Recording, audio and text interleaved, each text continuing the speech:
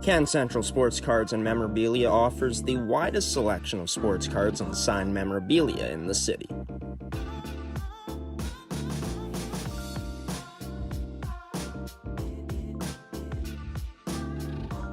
For dedicated casual and new collectors, Can Central Sports Cards and Memorabilia has everything a collector could ask for. Everything we sell is stored with care, and with help from our knowledgeable team, we'll help you find exactly what you're looking for. We carry Upper Deck hockey card brands like Series 1 and 2, the Cup, Ultimate, SPA, and plenty more. So what are you waiting for? Come down to Can Central Sports Cards and Memorabilia, Winnipeg's premier sports cards and memorabilia store.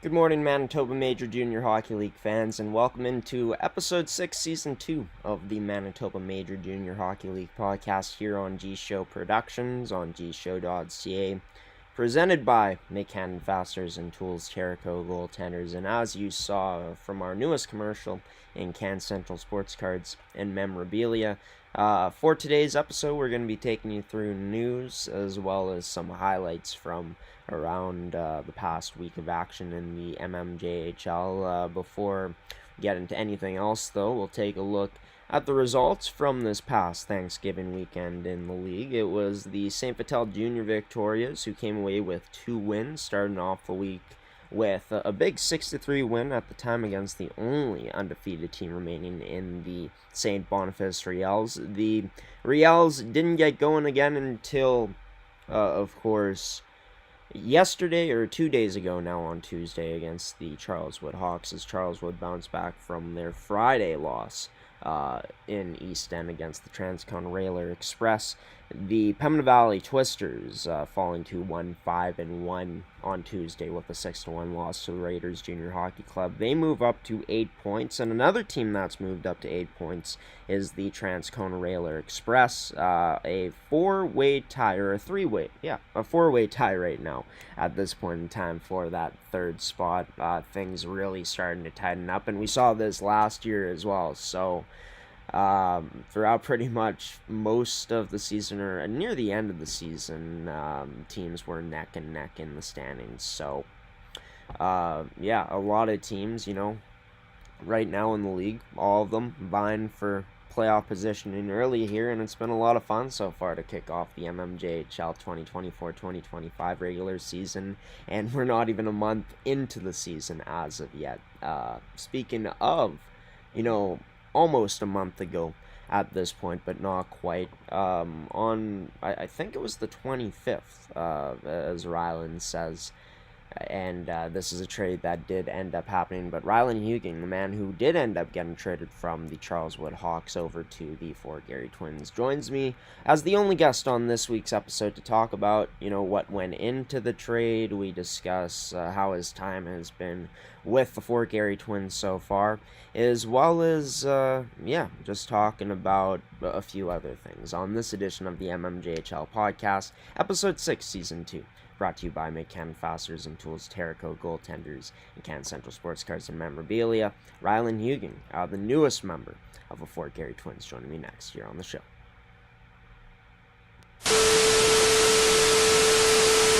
Rylan Huging, returning guest on the MMJHL podcast. Now a Fort Garry Twin. He was a Charleswood Hawk for the first 2 seasons of his MM career. Let's start off simple, Rylan. The trade It happened a few weeks ago now. Take me through, I guess, the feelings, the emotions at the time that you end up getting dealt the Fort Gary.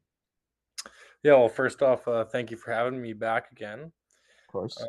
Yeah, I mean, I guess at the end of last year, I kind of came to the decision that I kind of wanted to go spend the last year kind of with my friends. So it kind of came down between my choice was between the Twins or the Vicks. I have good buddies on both teams, and that was kind of where I wanted to play. And then, yeah, I ended up getting dealt to the Twins the day before the season started. So it was definitely a long process. I was kind of waiting all summer, all training camp to get dished.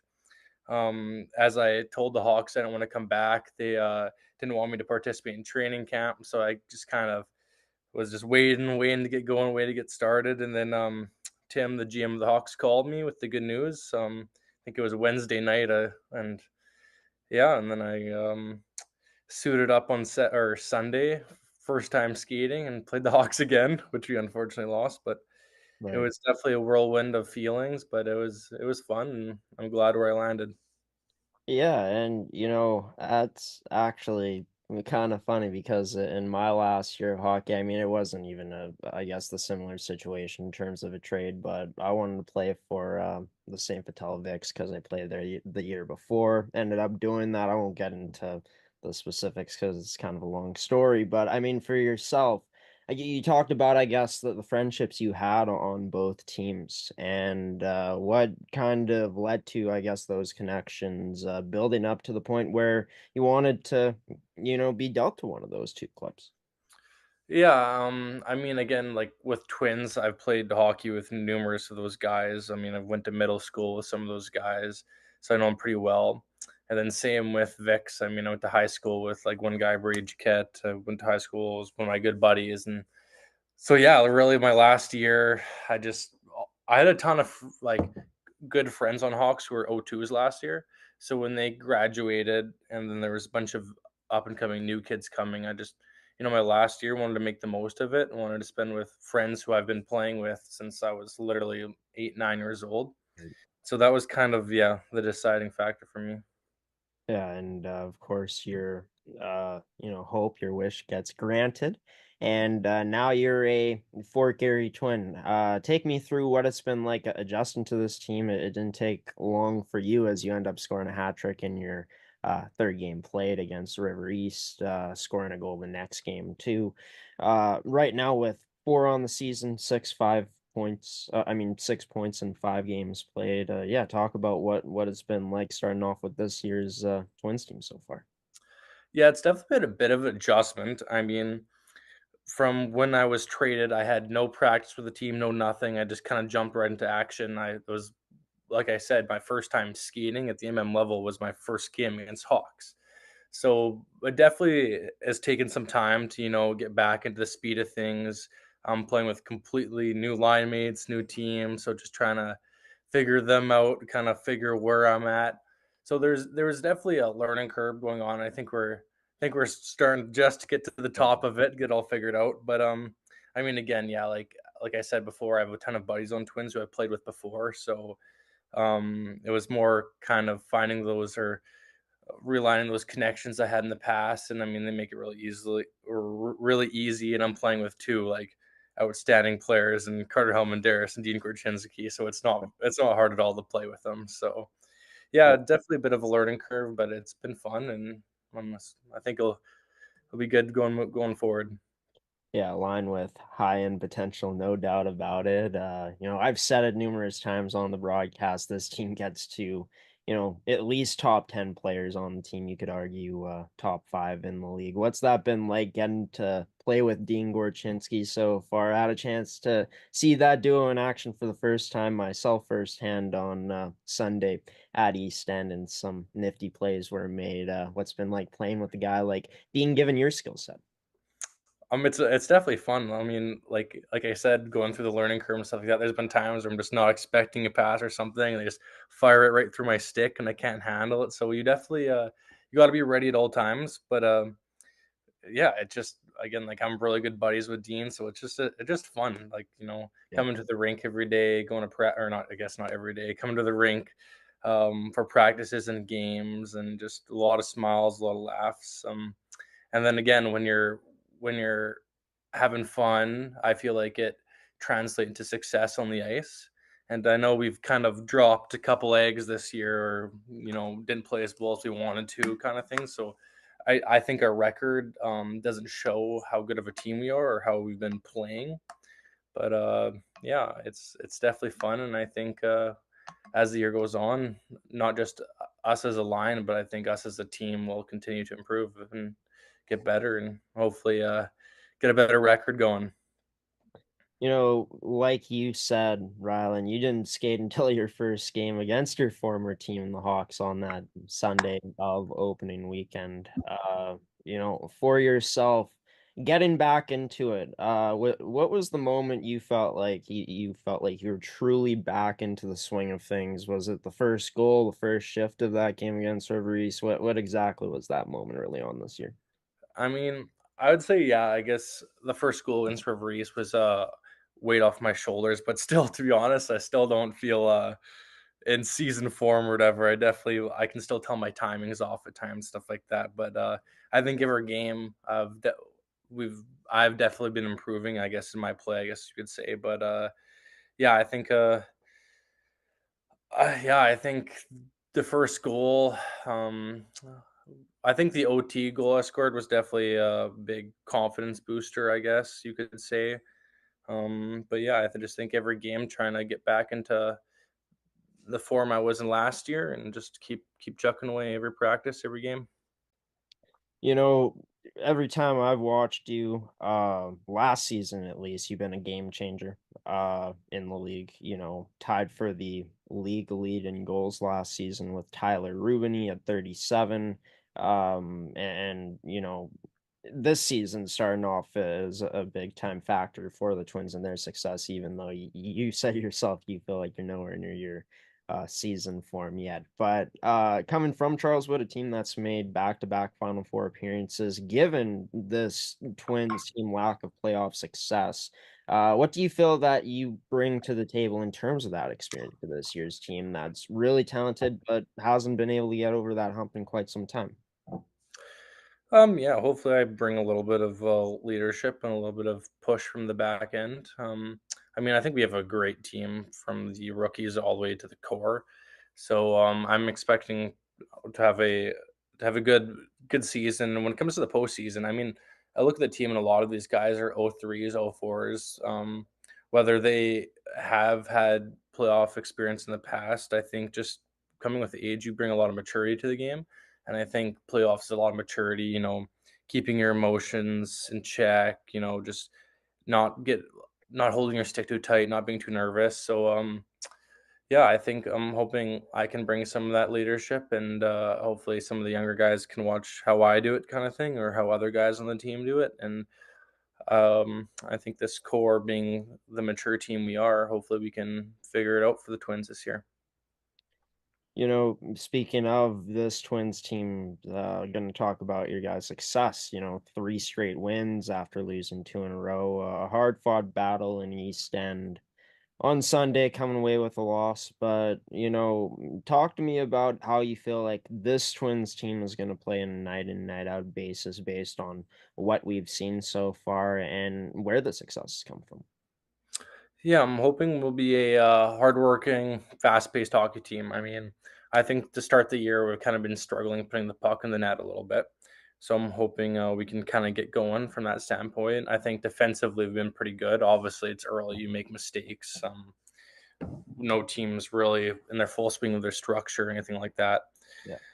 But yeah. So I'm as the season goes on, I'm just thinking as a team we'll kind of come together more and hopefully get the scoring going and have some better outcomes.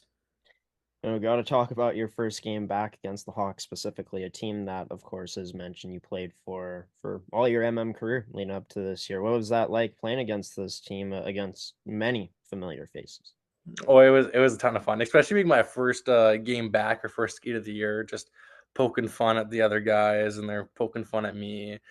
It's unfortunate we got the loss. I would have liked to have a couple skates under my belt before I play the Hawks, but I mean, no, it's good. They got a good young team. They have a lot of good prospects who came up and are performing this year. So yeah, it was a fun game. A lot of familiar faces, but yeah, I enjoyed it. Well, you'll have a few more skates under your belt by the next time this Twins team plays the Hawks, as that matchup will be coming up on November the 8th, back in Iroquois. But for this team coming up, of course, big few games against St. Boniface this Friday. A team that's lost two in a row, but is near the top of the league this season to start things off. Stonewall as well, near the top of the league. You'll get them on Sunday. This Twins team, of course, early in the season, but always good to make headway up the standings. Is that the goal this weekend, to come out 2-0, or is it just taking it one game at a time and having more of that 1-0 mindset? Yeah, I mean, early as you kind of saw last year with how tight the standings are, every win matters. Points you need to get points in this league. So I would say this at the start of the year, it's more about building to your second half form. So whether it's a win or loss, you're kind of just hoping to learn from it and build on as you are as a team and get better every game, every week. But at the same time, whether it's a or if it's a loss, they do hurt. So you definitely want to come out strong at the start of the year. Yeah, but it's more so about, I guess, that process, right? Yeah. Yeah, getting that down for sure. Building the building blocks towards like Rylan Huging said, a successful second half of the season, as this transcone or as this Fort Gary Twins team hopes to make. Rylan, of course, this being your last season playing with friends and stuff, obviously, every player best always want a championship, but is there one goal in particular that you're hoping to accomplish this season that maybe some could be overlooking? I mean, not really. I mean, my last year, I just want to enjoy it as much as possible. Like obviously, you want to win. Doing it with my friends would be amazing. So I would say that would be my goal. But like, as a term of like individual, not really. There's not really anything that I have my mind on or anything like that.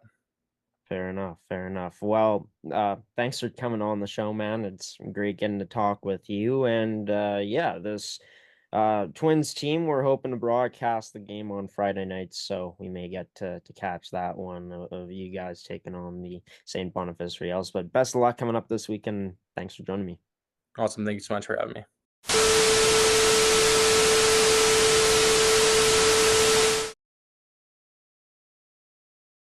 Rylan Huging joining this edition of the mmjhl podcast for Ep.6 in season 2.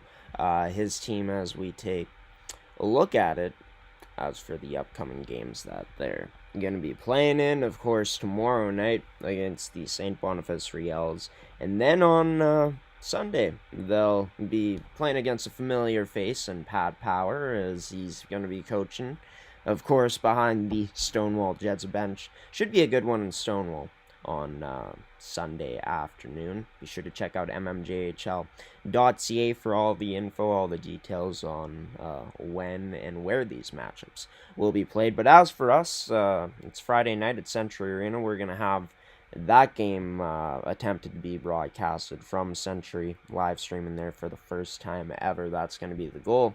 And of course, looking at the standings heading into week number 3 of the mmjhl season, the Fort Gary Twins, with an opportunity to potentially, move up or keep pace with the teams above them in the standings. If we take a look at them right now, 19 goals for, 19 goals against. Definitely wanting to see some improvement in special teams, but like Rylan said, it's more about the process at this point in the year than anything for this team. And, you know, him and Dean Gorchinski, it hasn't seemed like a process at all for them, finding each other out there on the ice, even though Rylan said he doesn't feel like he's up to game speed yet, not quite feeling himself. which is totally fair. You play your first game of the season, and you play your first hockey really since last postseason. This second game of the year for your squad, your first game with that squad. Like, yeah, it's with the emotions too. Like Ryland said, it was fun playing against the Hawks, but I mean, all those distractions heading into that first game, and plus, you haven't played yet, tough for sure. But Ryland, he ends up scoring a hat trick in his third game back, and has 4 goals right now, 6 points in total with 2 assists as well. And yeah, I mean, for this duo this season, this could be one of the best in the league when you look at what Dean Gorchinski was able to do last year among top of the league in assists, and you take a look what Hugin was able to do, tied for the lead in goals in the league with Tyler Rubini, and you pair these two together with the familiarity they've had before. I think that once they both hit their stride, this is going to be one of the best duos in the league, and could potentially be, a top 3 duo at that, top 2, maybe even. It's going to be fun to see for sure, and it's going to be fun to see this duo in action tonight. In Tyler Rubini and Ryland Netchwaduk, those two tearing up the league right now.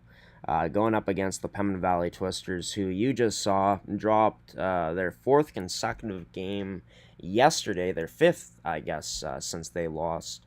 No, yeah, their 4th consecutive game. No, sorry, it's been 5 since I believe they've now lost 5 in a row. We'll fact check that really quick. I know sometimes it's an OT loss in there, and they have that right now.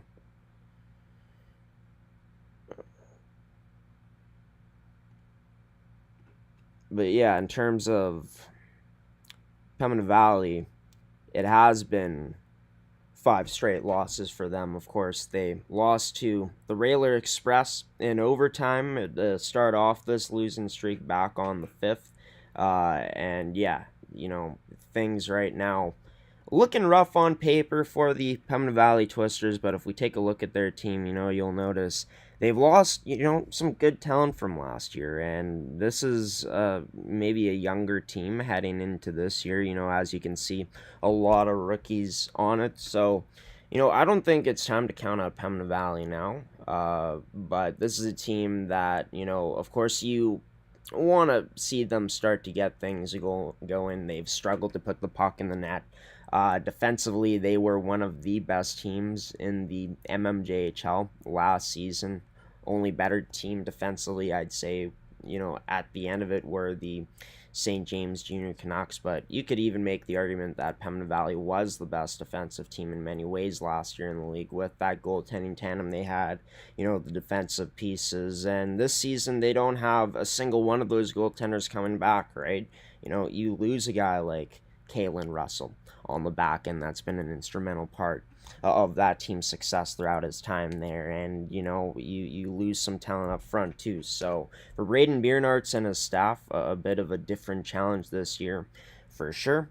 How do you build this team up the right way, in a positive way, and start to, put it in their mindset that maybe you can go out and compete with top teams in the league? That's what they'll be looking to try to do tonight as the St. Vital Junior Victorias. I think, this is a game coming up, of course, that we're going to have on the network tonight, where Tyler Rubini's talked about it, their coaching staff has talked about it, and really anyone I've talked to on the VIX has talked about it. It is coming to play with that right mindset, not taking anyone lightly, treating your opponent as equals, and working on consistency. And in their only loss of the season, you're going up against the River East Royal Knights at the time, where last year they finished dead last.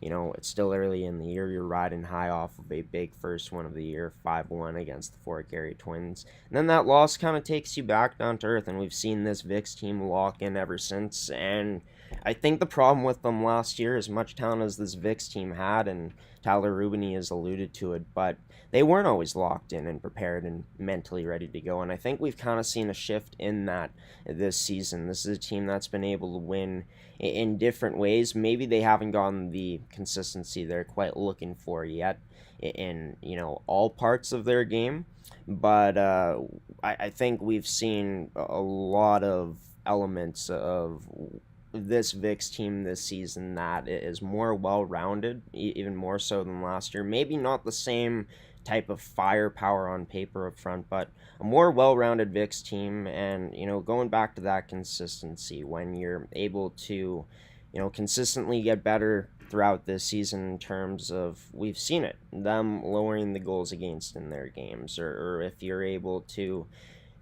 be consistent in those games where you got a battle and it becomes more of a track meet. Like, St. Vital has proven they can beat you many different ways. I think their best game of the season so far, honestly, was last Thursday against the St. Boniface Riels, when they proved that they could lock down the front of their net defensively and make it very hard for a pretty skilled team to move the puck around on them. So, yeah, I think that goes more into this team buying in and being ready to go more and playing into their structure better so far this season, executing better, and the things they're doing before the game to get ready beforehand have really been helping this team with that mindset, being ready to go.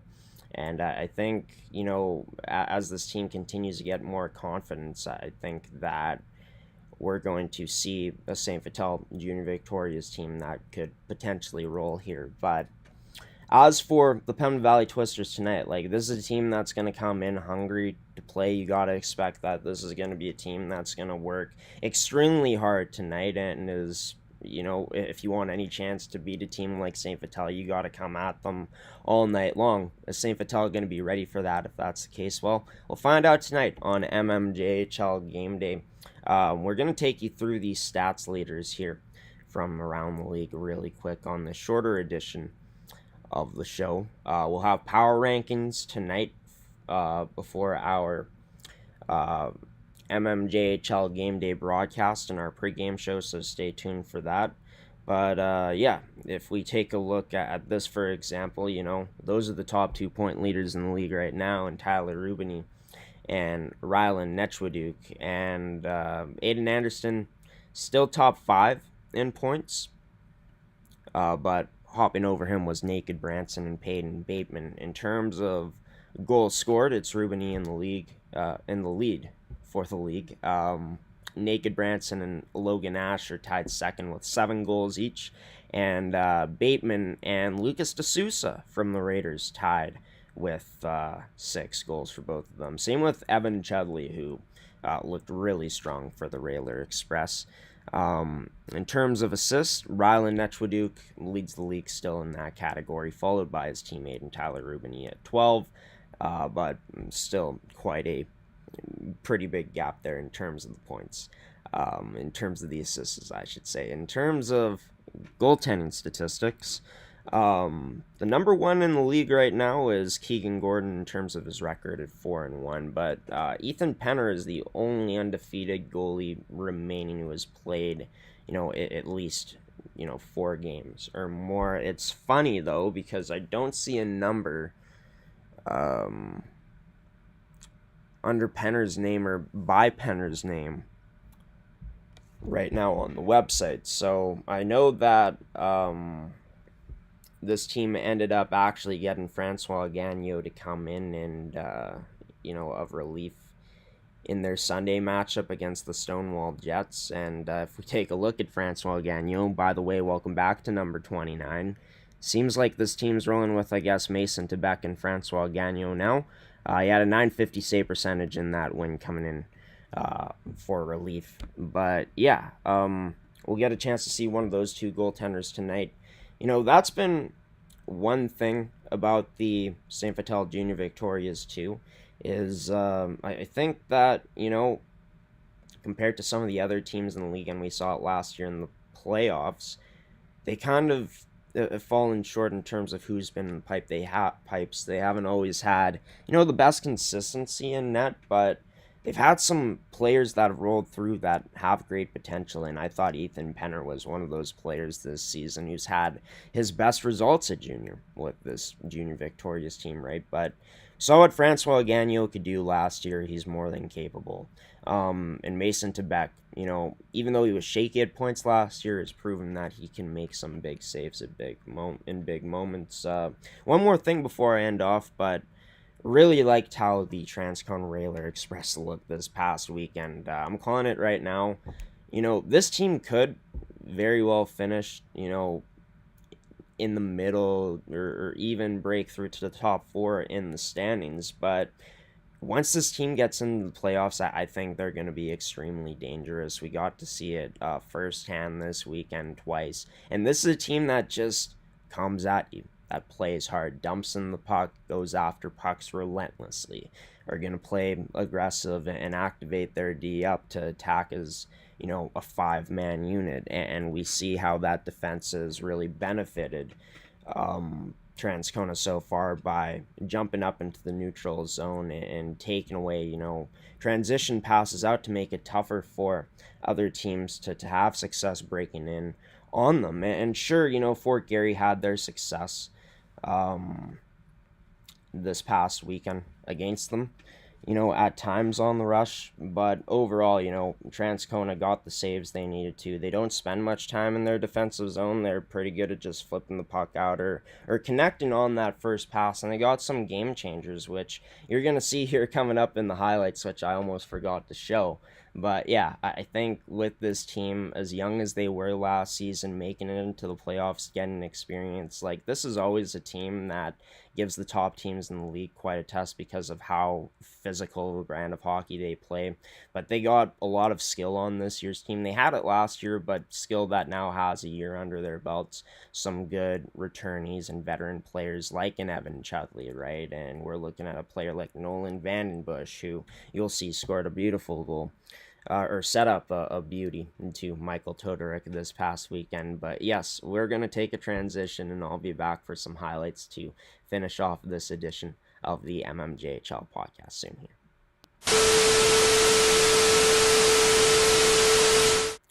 And welcome back to this edition of the mmjhl podcast on G-Show Productions, brought to you by Can Central Sports Cards and Memorabilia, Terrico Goaltenders, and Make Cannon Fasteners and Tools. We're going to end things off with some highlights, starting off with our first game of the week in the mmjhl from last week, as the St. Vital Junior Victorias faced off against the St. Boniface Riels. We start off in the first period of this one. This shot taking a funny bounce off the backboards, and it would be Matthew Trott who ends up putting it in, as he would send his Riels up 1-0 early in the first. But wouldn't last too long, as the Vics would strike twice on the once on the power play twice near the end of that period. And look at that save from Ethan Penner, sprawling across to make it a highlight reel on Connor Davis, the Riels captain, to keep it one goal lead for the Vics at the time. And even though the Riels end up tying it up, it would be magic from Tyler Rubany coming down and sniping, but number 9 wouldn't be done there.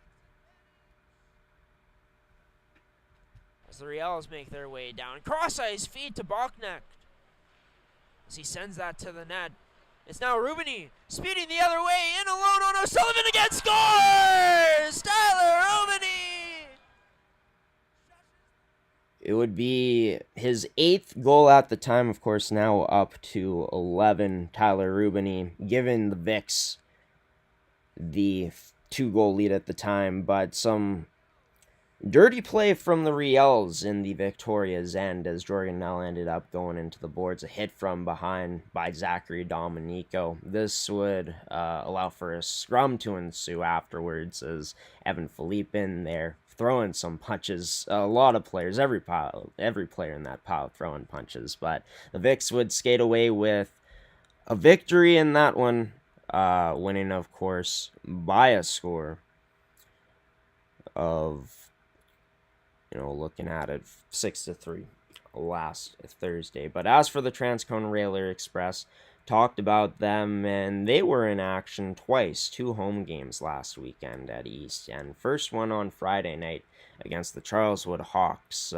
who hadn't lost a game in regulation heading into that one. As we adjust the screen here, as for the Railer Express, they start off tic-tac-toe in this one. So we're going to restart these highlights completely, actually, just so you can see it. There we go. The Railer Express working this puck, already up 1-0, and a tic-tac-toe feed from Chudley to Vandenbush to Ryder McClure in the slot to give this Railer Express team the 2-0 lead.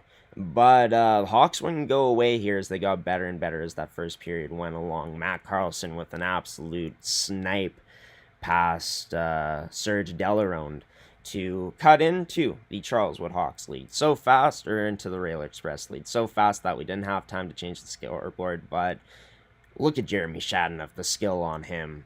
Puts it through his legs, drags it to continue going towards the net, kicks it to his forehand, goes backhand forehand into the net, or forehand backhand into the net for what was, I'd say, the highlight of the year, the goal of the year so far in the mmjhl here on the network. But yeah, Charleswood would punch back in that contest, but the Railer Express would keep, maintaining a lead, which was kind of a challenge for them in the first, few games of the season. But they would hold on to win that matchup by a score of 5-3, and they wouldn't stop there. Of course, as mentioned, they won 2 games this past weekend. The second one up against one of the hottest teams in the league at the time, with 3 wins in a row coming in the Fort Garry Twins.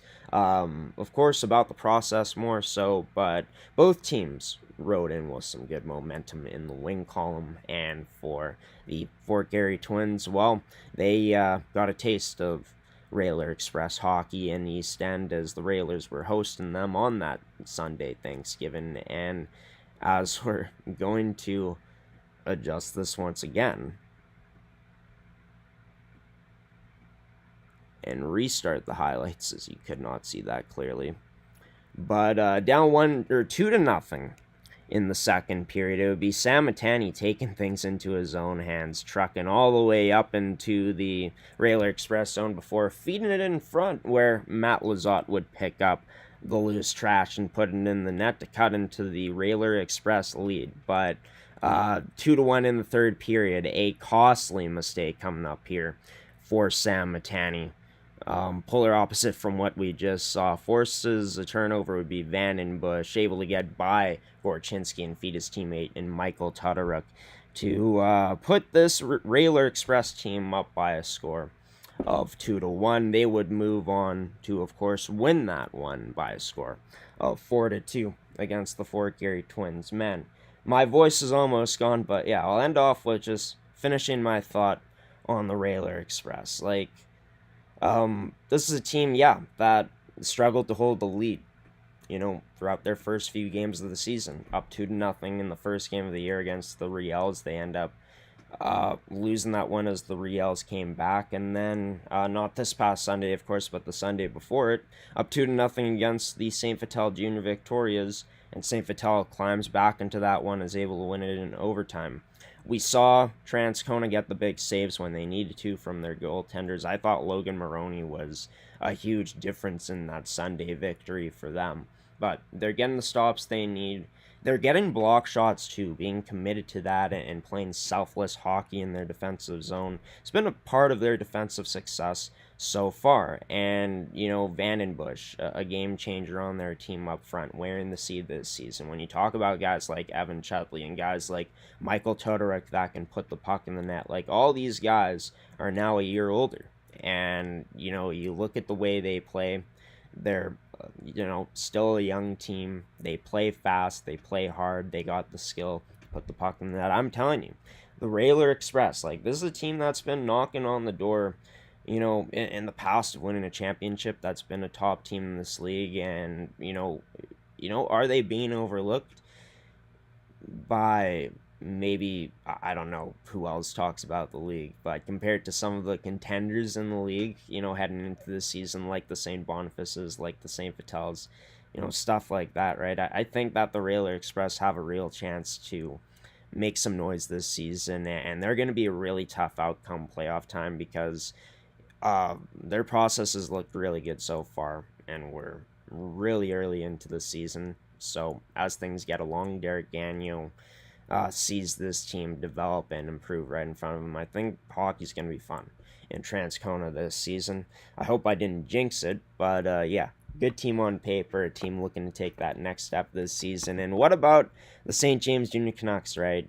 They get Rory Neal back. He scores a hat trick in his first game back, and that team's won 2 in a row. So we take a look at the standings one last time here, and things really heating up in the mmjhl. We get to see the Pembina Valley Twisters go up against the St. Vital Junior Victorias tonight, a battle of first versus last at this point in the season.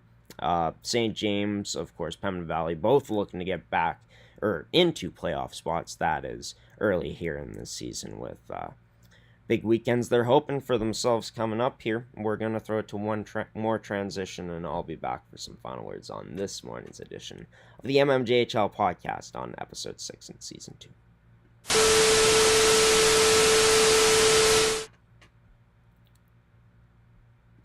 Well, you made it to the end of the mmjhl podcast here on G-Show Productions on gshow.ca. Special thanks to Ryan Huging for coming on this edition of the show and being the guest. Special thanks to you, the viewer, for tuning into this one this morning. And a special thanks to our sponsors in Midcannon Fasteners and Tools, Terrico, Can Central Sports Cards and Memorabilia, and Goaltenders for sponsoring another edition of the mmjhl podcast. We're going to have power rankings tonight before our mmjhl game day coverage gets going for the puck drop of St. Vital versus Pembina Valley. That game can be seen on our YouTube channel here on G-Show Productions, as well as you can check it out through our website, which will bring you right here again to our YouTube channel, but through gshow.ca, that is. Yeah, it's going to be a lot of fun tonight in St. Vital. It always is at the Centennial. I decided to do this episode early this morning because there's going to be games and stuff, some ice time slots being filled at St. Vital beforehand. I had a chance to look at the schedule, so that was pretty handy what their rink manager gave me. Shout out to him, for sending me that, because that's clutch. Makes things a lot easier for me to plan instead of, saying the show is going to come out on Thursday night and then we put it out on Friday instead, or Saturday, because we didn't have the setup right, or, we were unable to do the podcast because, well, there's things going on. And yeah, we could probably do the podcast if there's, a U11 or U7 or whatever the age may be. If there's a game of some sorts or a practice behind us, yeah, we could do a podcast live from the arena, but at the same time, I'd rather not obstruct any space or views for parents to watch their kids play and stuff like that, right? And yeah, it's not going to be a packed house or anything, but I feel like that's just kind of some decency there. When we did do it, there wasn't actually anything going on behind us, I believe, on the ice, or maybe there was, but it wasn't as packed in there. So yeah, that's why this podcast came out earlier today. In terms of when it comes out next, it's going to come out next Thursday. Time TBD. We will update you on all of that coming up next week on our website at gshow.ca, as well as on our social media pages. But yeah, until next time, folks, I've been your host, Graham, the G-Show Forsyth of the mmjhl podcast, hoping you've all had a wonderful week up until this point. Thank you for joining me on this Thursday morning, or whenever you did end up watching this edition of the show. Subscribe and turn on notifications so you don't miss any future uploads to do with the mmjhl, by the way, here on our network, as we are the home of Manitoba Major Junior Hockey League hockey here in the province for another season in 2024-2025. The season continues to roll here as Week 4 will begin with St. Vital, the Victorias, taking on the Pembina Valley Twisters. Twisters looking for a huge bounce back in their season as they start off dead last in the league, last year's finalist, and St. Vital looks to keep this train rolling and move to 7 wins. We'll find out what happens tonight if I don't see you then, or if you don't see us then, and you tune in next week, we'll see you next Thursday then, ladies and gentlemen. Take care.